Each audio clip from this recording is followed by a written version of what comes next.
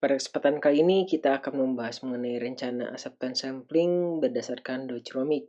Lalu bagaimana latar belakangnya dan bagaimana pembahasannya? Mari kita telusuri di ruang tanya.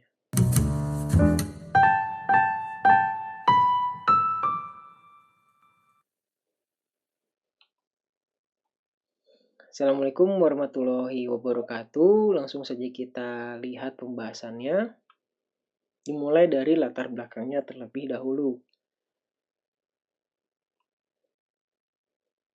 HF Dodge dan HG Romic mengembangkan set tabel untuk sampling inspection dengan menggunakan dua buah rencana. Ya, jadi sama dengan military standard, Deutsche-Romic itu menggunakan tabel-tabel juga. Nah, tapi dia ini mengembangkannya berdasarkan dua buah rencana. Rencana yang pertama adalah rencana berdasarkan LTPD, dan rencana yang kedua adalah berdasarkan dengan OQL. Meskipun demikian, rencana berdasarkan LTPD itu lebih dipilih dibandingkan dengan rencana pada AOQL, terutama untuk komponen atau part kritis dari sebuah produk. Nah, latar belakang yang lain adalah sebenarnya banyak perusahaan manufaktur itu berpindah dari menggunakan AQL ya. AQL itu dasar dari military standard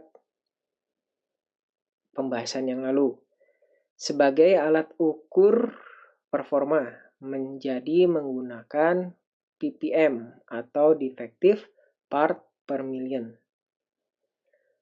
Meskipun AQL-nya kecil, jumlah part defect itu yang dihitung dengan menggunakan PPM bisa jadi menjadi banyak.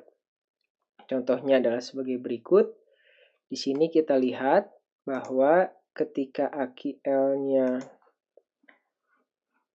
adalah 10%, maka defective part per millionnya itu 100.000.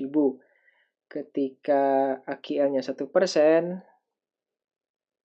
PPM-nya itu 10.000. Jadi bayangkan kalau misalnya kita memproduksi 1 juta motor, kalau AQL-nya 1%, berarti ada 10.000 motor yang defect. Nah, dikalikan dengan biaya produksi kan itu lumayan besar. Ya, jadi memang walaupun menggunakan AQL ketika dihitung PPM ini menjadi besar.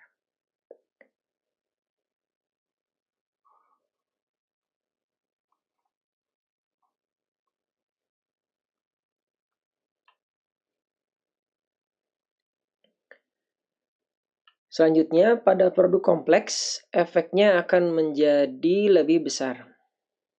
Misalkan kita membuat printed circuit board atau PCB yang terdiri dari 100 elemen. Nah, jika setiap elemennya memiliki AQL sebesar 0,5% dan PCB baru bisa berfungsi ketika semua elemennya berfungsi, maka probabilitas PCB berfungsi adalah sebagai berikut. Kita hitung dulu probabilitas elemennya berfungsi. Ya, 1 kurangin AQL-nya sama dengan 99,5%. Dengan demikian probabilitas PCB-nya berfungsi itu tinggal dipangkatkan 100 karena ada 100 elemen, sehingga probabilitas PCB-nya berfungsi itu sekitar 60%. Meskipun partnya itu lumayan tinggi ya, 99,5%. Tapi karena digabung dipangkatkan 100 jadinya hanya 60%. Nah, oleh karenanya diperlukan rencana LTPD meskipun rata-rata defeknya dari suatu proses atau P itu adalah kecil. Nah, pada keadaan ini LTPD lebih bermanfaat untuk digunakan.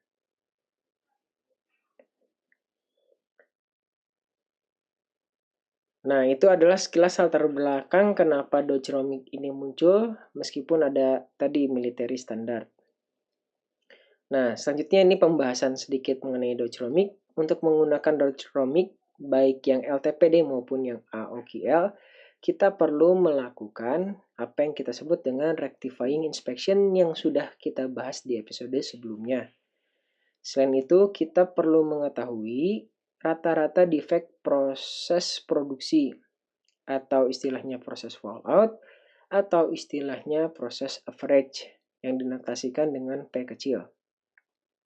Nah, jika belum ada datanya, si proses average ini kita dapat estimasi dari data masa lalunya supplier, atau kita bisa gunakan nilai P yang paling besar atau worst case scenario.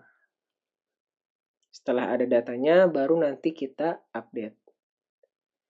Nah, itu sedikit latar belakang dari Dodgeromik. Kita lihat tabelnya. Nah, di sini adalah LTPD.